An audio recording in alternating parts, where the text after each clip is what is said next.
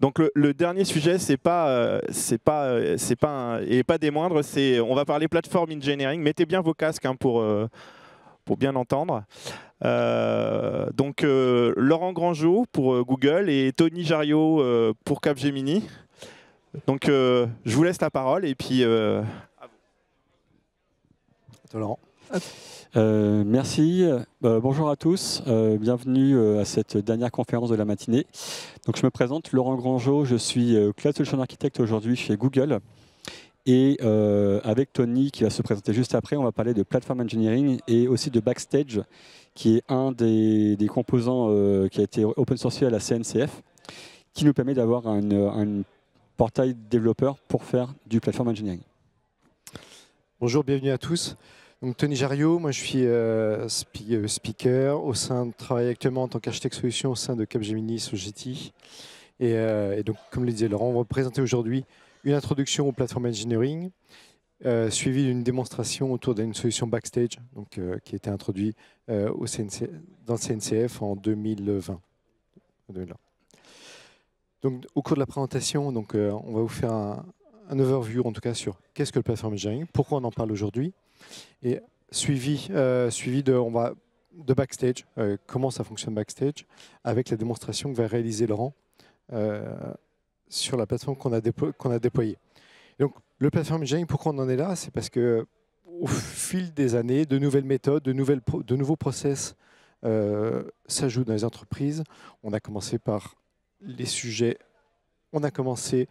Les équipes de développement faisaient tout, et on s'est rendu compte que ok, on peut tout faire, mais c'est pas forcément bien de tout faire parce qu'on le fait mal à un moment donné. De là, un nouveau concept est arrivé, c'est le DevOps. Donc, les DevOps sont là pour aider les équipes de développement à accélérer les process de déploiement. Ok, c'est sympa. Mais après, il faut aussi penser aux équipes d'exploitation qui vont supporter les applications qu'on va déployer sur les environnements productifs. Et donc de là, une nouvelle approche est arrivée, c'est l'approche de SRE, Site Reliability Engineering, où les équipes sont là pour automatiser au maximum les process. Donc, tous les process manuels, on les met à la poubelle, on automatise. L'idée, c'est que plus on automatise, moins il y a d'erreurs humaines, et du coup, plus on améliore la qualité des développements qu'on va pousser sur nos environnements productifs. Et donc de là, on arrive à la notion de Platform Engineering. L'objectif de la Platform Engineering, c'est de pouvoir accompagner aussi bien les équipes de développement, les équipes de sécurité, les équipes d'exploitation également, pour pouvoir pousser les services en production avec la meilleure qualité attendue, tout en uniformisant l'ensemble des outils et des bonnes pratiques de l'entreprise. Ça, on va le voir.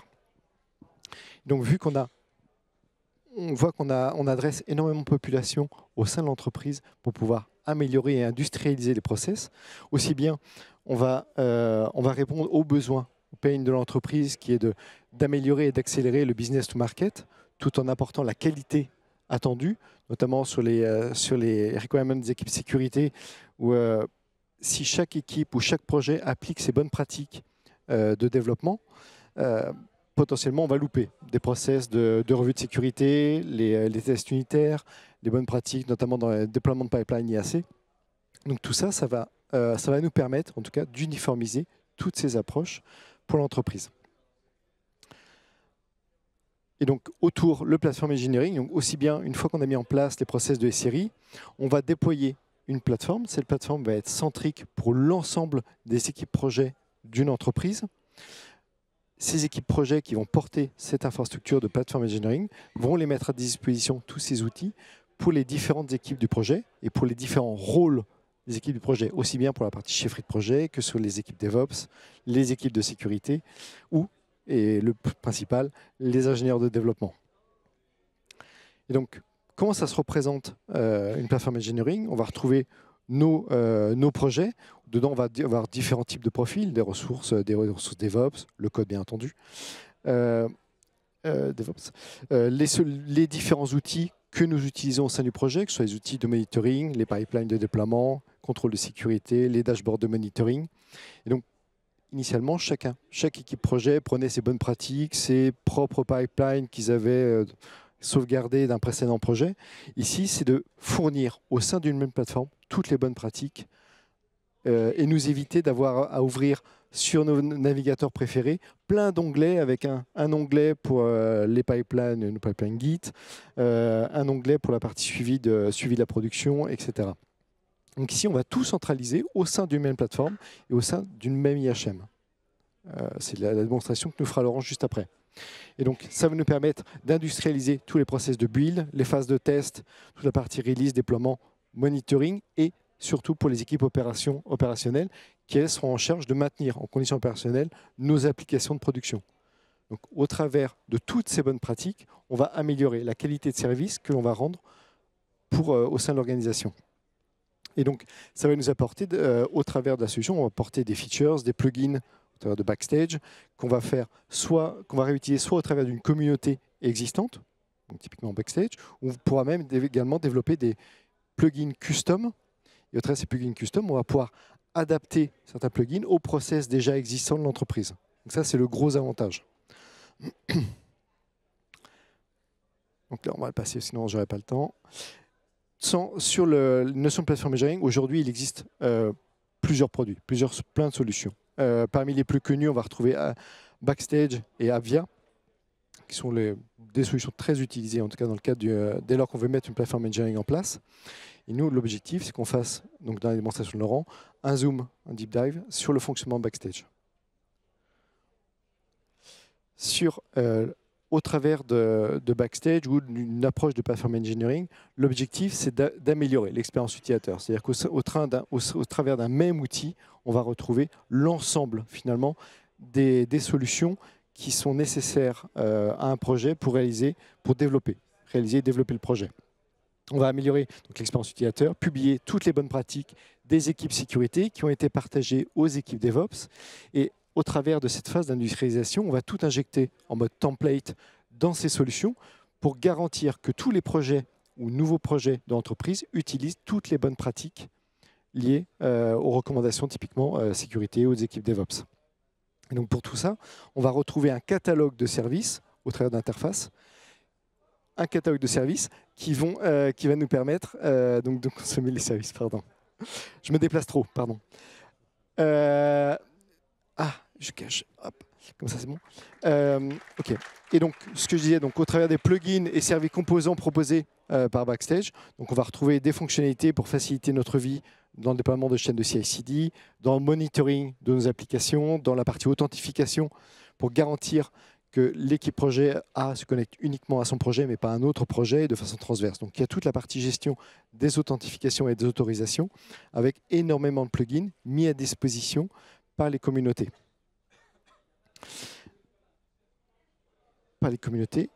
Et donc la structure, pour représenter la structure d'une solution de platform engineering, on va retrouver les équipes produits qui vont proposer différents plugins, différentes solutions au travers de l'IHM. Dans cette IHM, on va retrouver toutes les capabilities sur la partie authentification, management des CI/CD, stockage et observabilité. Et là, ça nous permet d'arriver dans le plus concret. C'était un peu de théorie, maintenant un peu de pratique au travers de la démonstration que va réaliser Laurent. Exactement. Merci Tony. Donc je vais vous montrer un petit peu comment ça fonctionne Backstage. Donc j'ai un déploiement de Backstage aujourd'hui qui est déjà fait. Donc je vais vous montrer au fur et à mesure comment ça fonctionne. Comme Tony l'a dit, le but de Backstage, c'est de récupérer un peu toutes les métriques ou tous les de récupérer tous les portails que vous avez à droite à gauche. Il faut demander un casque. Voilà. De toutes les portails à droite à gauche et d'avoir ça de manière centralisée par composant. En gros, je ne sais pas si vous avez chez vous des différents portails pour accéder à la CI/CD, un autre portail pour aller sur le cloud, un autre portail pour aller sur Grafana, un autre portail pour aller sur Prometheus ou quoi que ce soit. Là, avec Backstage, on va avoir non seulement une vue orientée produit avec des sous-composants, mais aussi par onglet tous les métriques que l'on peut avoir à droite à gauche au niveau de la CI/CD, au niveau de la documentation, au niveau du déploiement des métriques, etc. Et on va tout avoir de manière centralisée. Donc Backstage, on peut se connecter, là je me suis connecté avec mon compte perso sur Google. Du coup c'est juste pour protéger tout ça. Avec une seule main, ça va être compliqué. J'ai eu gmail.com. Et en gros, une fois qu'on est connecté, on va avoir notre vision de tous nos catalogues, de tous nos produits. Je vais vous montrer ça juste après. Hop, voilà. Donc là, ici, on a un exemple qui est déjà préétabli. Donc c'est un exemple d'un site web qu'on a déployé et qui nous permet de montrer un petit peu voilà, une vue uniformisée et unifiée, comme disait Tony, de notre produit. On voit ici que le site web, exemple, il appartient au groupe Guest, typiquement. Il fait partie du super groupe exemple, donc tous les exemples de websites, de databases, etc. On va être dans le super groupe exemple. Et on a des API qui sont en gRPC. Et donc on va pouvoir voir déjà dans un premier temps une overview de un petit peu l'architecture globale du système. On va retrouver aussi un bouton où on peut aller voir directement le code source de l'application. Donc là, si je clique directement, on va voir le dossier exemple et on peut commencer à travailler dessus. Donc vous voyez qu'ici, en cliquant juste sur un bouton, je vais directement à mon code source. Je n'ai pas besoin d'aller demander à des équipes externes où est le repo de ce produit-là, comment ça fonctionne, où est la CI/CD. Typiquement ici, si on clique sur l'onglet CI/CD, donc là il n'y en a pas parce que je n'en ai pas mis en place, mais on pourrait retrouver toutes les pipelines de CI/CD, s'ils sont verts, s'ils sont rouges. Au niveau des dépendances, ça va être pareil. On va avoir toutes les dépendances des composants et des ressources, et la documentation ici présente. Donc comme ce n'est pas top comme démo, je vous propose qu'on ajoute un nouveau composant. Donc ce qu'on va faire, c'est qu'on va ajouter un nouveau composant. Donc j'ai déployé sur le cluster, donc le Backstage tourne aujourd'hui sur un cluster Kubernetes. J'ai déployé un outil qui s'appelle Online Boutique, c'est juste une petite démo qu'on peut faire pour montrer ce que c'est des microservices sur Kubernetes. Et donc du coup, j'ai déjà fait un fichier que je vais vous montrer juste après, qui recense absolument tous mes microservices, donc là il y en a 13, qui discutent ensemble. Et donc si je clique sur Import, et que je fais View Components, on va voir que, hop, ici j'ai tous mes composants. Vous voyez, donc je mets Add Service, les Checkout Service, etc. Et tout ça fait partie d'une application qui s'appelle Online Boutique. Donc j'ai créé un sous-groupe Apps Online Boutique qui contient mes 13 microservices. Et donc on peut voir dans un premier temps ici que pour mon Online Boutique, j'ai tous mes composants, tous mes microservices qui parlent ensemble. Et du coup, je n'ai pas besoin d'aller voir un diagramme d'architecture ou quoi que ce soit. Je peux avoir directement aussi accès au code source, même principe, en cliquant ici. Et on va retrouver le YAML qui va décrire ce que je viens d'importer, donc mon online boutique avec mes microservices. Donc vous voyez que c'est une syntaxe qui reste une syntaxe proche de ce qu'on peut faire sur Kubernetes. On a du YAML avec, donc ça c'est un système de type online boutique. On a l'URL du code source propre au microservice. Et pour chaque composant, on a le nom du composant et la relation. Donc ça, c'est ce qu'on va devoir créer quand on va créer une application dans GitHub. On va pouvoir l'importer dans Backstage. Et grâce à ça, on va pouvoir avoir des diagrammes qui sont des diagrammes de dépendance entre les microservices. Vous voyez que l'application Online Boutique dépend de Email Service, qui dépend lui-même de Checkout Service, qui dépend du front-end. Et on peut directement avoir de la documentation, du diagramme qui sont faits en live. Alors, je ne sais pas si vous avez déjà fait des diagrammes d'architecture, mais c'est très embêtant de recréer ou de modifier à chaque fois. Là, on peut l'avoir en temps réel, juste en modifiant le YAML. Et donc, si on clique, par exemple, sur un des composants, on va prendre Add Service ici, on va retrouver la même chose. Donc, on va retrouver notre CI/CD ici. On va retrouver les API, les dépendances. Donc, je crois qu'il n'y a pas de dépendance. Et j'ai rajouté ici un petit onglet Kubernetes non, ça ne va pas fonctionner, évidemment. Toujours le même problème. Pour montrer, entre guillemets, comment serait déployée l'application sur le cluster Kubernetes. Donc, je verrai mes pods automatiquement.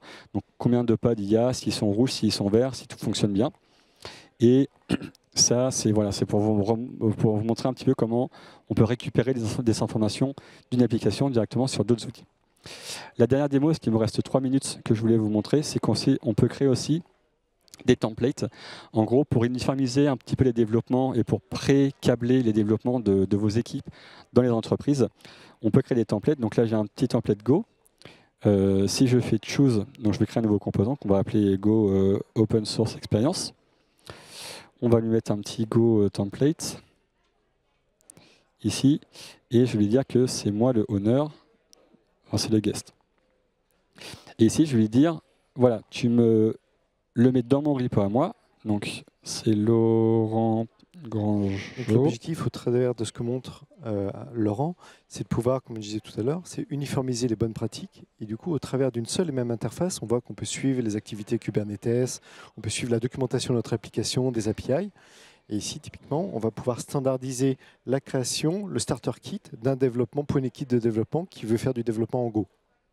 Exactement. Voilà. Donc ça peut être du Go, ça peut être du Java, ça peut être du .NET, ça peut être du Node.js, etc. Et quand je clique sur Create, donc il va me générer la documentation, il va me le publier directement dans GitHub, donc on va pouvoir aller voir dans mon GitHub aussi, et me l'enregistrer en tant que composant dans Backstage, qui fait que si je l'ouvre dans le catalogue, alors je vais l'ouvrir avec des tabulations ici. Donc dans le catalogue, j'ai bien mon Go Open Source Experience avec toutes mes dépendances, le code source, je clique dessus. Parce que je ne suis pas connecté, donc je vais retourner là où je suis connecté. Tac. Donc il m'a créé un nouveau repo qui s'appelle Go Open Source Experience, ici, et qui m'a pré-câblé pas mal de choses. Donc là, j'ai mon application Go, j'ai mon go.mod, j'ai mon main.go, j'ai mon catalogue info qui a été pré-rempli par le template, donc c'est ce qui a été enregistré dans Backstage. J'ai mon petit GitHub Workflows qui va me générer mon déploiement.yaml, mes tests unitaires, et donc tout ça c'est basé sur GitHub Actions. Donc vous voyez qu'en faisant 3 clics, j'ai déjà fait pas mal de choses en termes de starter kit. J'ai mon Dockerfile qui tourne, et vous voyez que, entre guillemets, sur mon GitHub Actions, j'ai bien tout qui a été poussé, pindé, etc. Voilà en 20 minutes ce qu'on pouvait vous montrer sur Backstage. Il nous reste peut-être 1 minute ou 2 questions, si vous avez des questions. Ah, une question devant là. Bonjour, merci pour la présentation. Je vais essayer de parler fort. J'espère que ce ne sera pas trop fort pour les casques. Je trouve que c'est quand même dommage d'avoir une double description à faire alors que potentiellement on a un Helm applicatif derrière qui va décrire l'application, le refaire à côté dans un autre format YAML. Alors je pense qu'on peut apporter effectivement de la matière, mais il aurait pu déjà initialiser un schéma qu'on aurait pu compléter. Est-ce que c'est une capacité qui existe ou pas? Donc, en gros, il y a plein de plugins dans Backstage. Je ne sais pas s'il existe un dans Helm, pour Helm. Donc, si on regarde la liste des plugins, donc on a les core features, donc ce que je vous ai montré, donc Cube, la documentation, les software catalogues. Et en gros, tu peux chercher, oui. Chercher là-dedans, ça va non, des scrolls. Vous faites CTRL F. Mais en gros, oui, on va pouvoir peut-être potentiellement avoir des plugins Helm. Moi, je ne suis pas très fan de Helm personnellement. Voilà, je fais plus du customize, mais bon, c'est propre à chacun. Mais effectivement, oui, avoir une description de paquet et à côté une autre description d'un composant, mais pour moi, c'est 2 choses séparées. Pour moi, le package Helm, c'est vraiment quelque chose de technique. On va dire, voilà, load balancer, API, etc. et compagnie. Alors que là, on va potentiellement décrire le côté fonctionnel de l'application. Voilà. Mais encore une fois, peut-être c'est open source, donc je t'invite à contribuer et à faire un plugin Helm. Mais effectivement, non, ça n'existe pas. Mais effectivement, oui, pour l'instant, il n'y en a pas. Mais le but du jeu, c'est vraiment de récupérer des informations.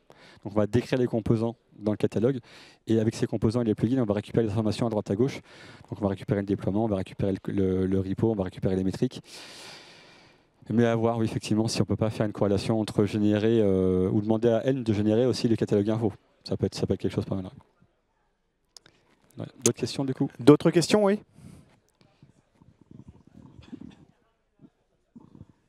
Moi, j'ai une petite question par rapport au template. En fait, nous, on a testé, non pas Backstage, mais on a testé Developer Hub sur OpenShift. C'est la version Backstage de chez Red Hat. Et je trouve que la création des templates est hyper compliquée. Donc, si on veut industrialiser et proposer le produit à tout le monde, c'est bien de proposer des templates de développement Python, de développement Go. Mais dedans, on doit tout configurer dans ces templates. L'accès à Git, l'accès à DevSpaces pour pouvoir éditer le code, Tekton pour lancer un pipeline, etc. Et en fait, la création des templates est hyper ardue, je trouve, sans compter qu'il y a des problèmes de sécurité parce qu'il y a des tokens Git qui traînent dans des coins et qui doivent avoir des droits un petit peu sur tout dans Git pour pouvoir faire des trucs. Donc, une fois que le template est créé et qu'on est développeur, l'utiliser pour créer sa propre appli, ça va. Mais juste votre ressenti, votre feedback sur la partie template que moi, je trouve hyper ardue. Alors, la notion de plateforme engineering, donc, la notion de plateforme engineering reste assez récente, très clairement. Et on a eu le même constat lorsqu'on a voulu, lorsqu'on a préparé cette démonstration et ce talk. Ça nécessite beaucoup de R&D. R&D, il faut être développeur dans l'âme, sans aucun doute. Alors, heureusement que j'avais Laurent avec moi pour la partie dev. Oui, il faut être développeur. Donc, effectivement, c'est encore très dur. Mais malgré tout, plus ça va, en tout cas plus on avance, plus les produits ou les solutions proposées s'industrialisent. Mais effectivement, il y a encore un gros progrès à faire sur le hands-on, en tout cas, et retour d'expérience, en tout cas pour l'équipe de Platform Engineering. En tout cas, il ne faut pas avoir peur de mettre les mains dedans et d'y passer un peu de temps au début. Je vais juste compléter ce qu'a dit Tony. J'entends ce que tu dis sur la complexité.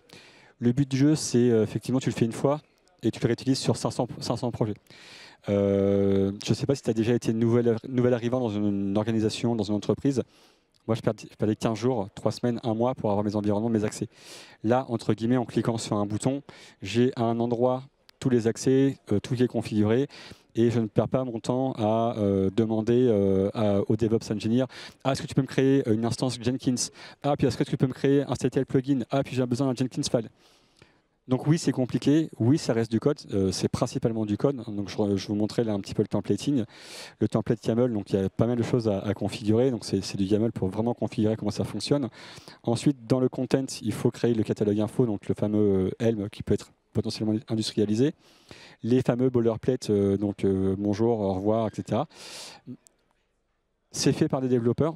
Ça reste fait par des développeurs, mais une fois que c'est fait, pour moi, cliquer sur un bouton et dire bah, je crée un nouveau projet en Go, je clique sur un bouton, j'ai déjà mon GitHub, mon Tekton, mon DevSpace, configure, etc. En tant qu'utilisateur, oui, je gagne du temps.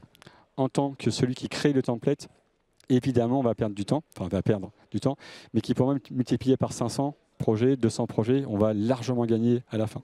Mais oui, ça demande c'est pour ça qu'on parle de plateforme engineering et non pas d'intégration, on fait de l'engineering de plateforme. Voilà. Mais oui, on partage le même constat, oui. Merci beaucoup. Merci à vous.